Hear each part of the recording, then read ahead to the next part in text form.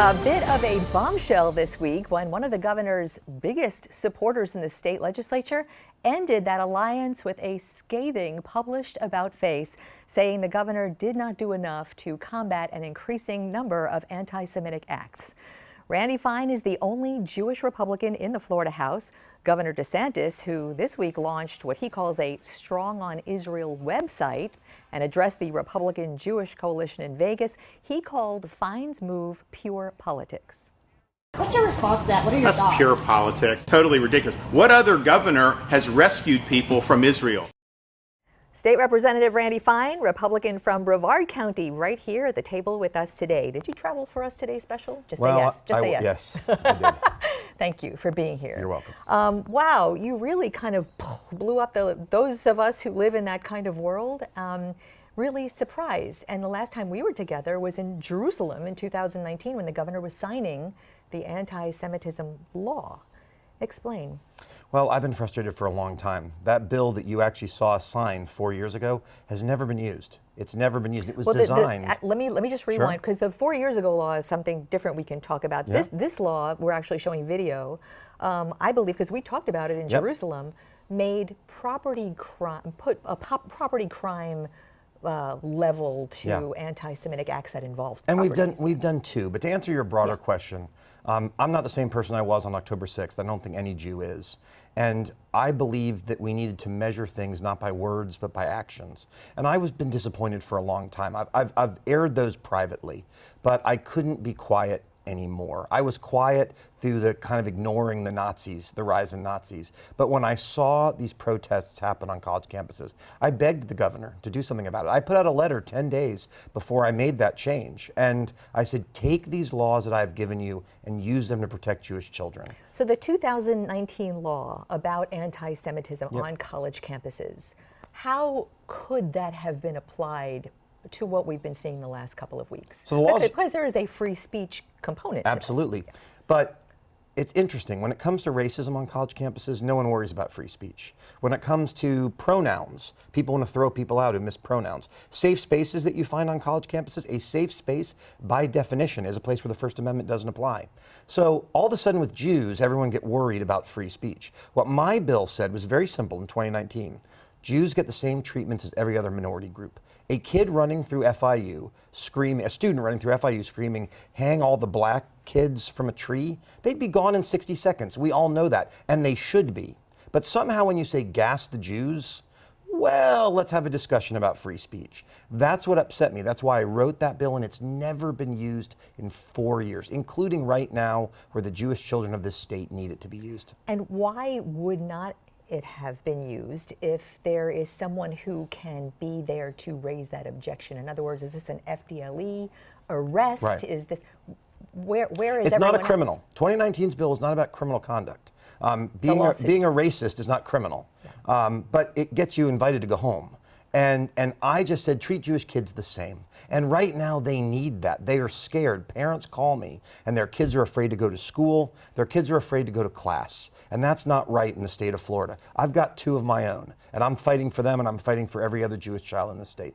So the law that was signed in April in Jerusalem that applies anti-Semitism hate crime status to property crimes. So the property crimes— That's not all it does. Right. I'm just, for our conversation here, what I'm thinking about is those little bags that get thrown on lawns, the banner hung from a highway in Orlando with things on, why, that we're looking at kind of right now, but why has that gone unprosecuted? Well, they've started to some degree on that. I think they could do more.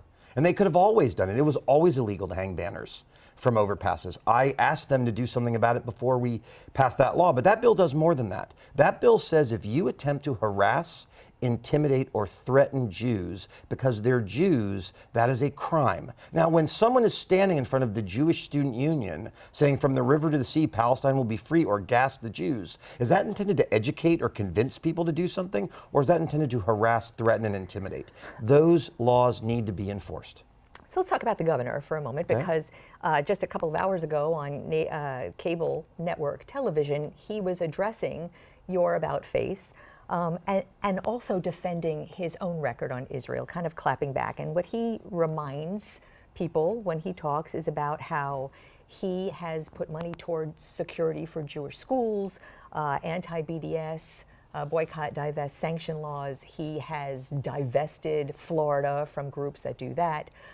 So he's been to Israel. He was behind a suggestion to move the embassy to Jerusalem, all of those things that I think there are a lot of people very supportive of. Is that not enough? Well, I'm not saying he hasn't done anything, and I appreciate the things that he has done. The Jewish Day School money that I got in the budget, starting in 2016 under Governor Scott, I'm grateful about. I'm grateful he signed these bills, but I didn't pass them, as I wrote in my letter, to create press availabilities. I passed them to protect Jews, and I expected that to be done. And the other issue in what I did this week is I believe what happened in Israel, what's happening on our college campuses, would not be happening if President Trump was president still, because we didn't have these problems when he was president. And so I have a choice. Can I support the person who says all the right things, but the action doesn't always measure up? Or can I support the person who actually does the right things, no matter what he says? So in your support for former President Trump, I mean, he's had dinner with anti-Semites. You know this. I do. And maybe more problematic for some people is that he feels like the election was a lie. Do you feel that way? Well, I have my thoughts on that, and this really isn't the time or place for that. But it is very difficult. Well, it's kind of the time and place. Well, but you talked about him having dinner with anti-Semites. What I know is this: Donald Trump is the only president in American history to have a Jewish child and Jewish grandchildren.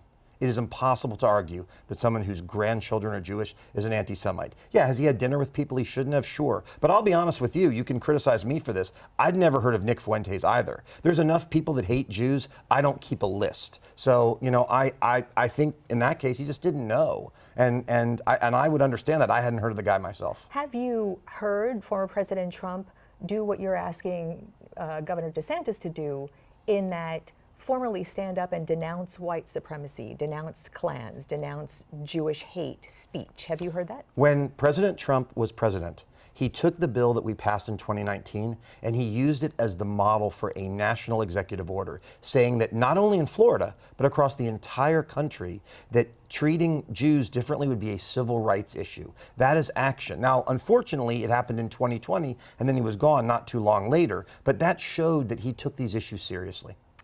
Representative Randy Fine, it is great to have you at the table. And last we were on Zoom. You are invited back anytime, and I appreciate your time. Happy to be here. Thank you. Thank you very much.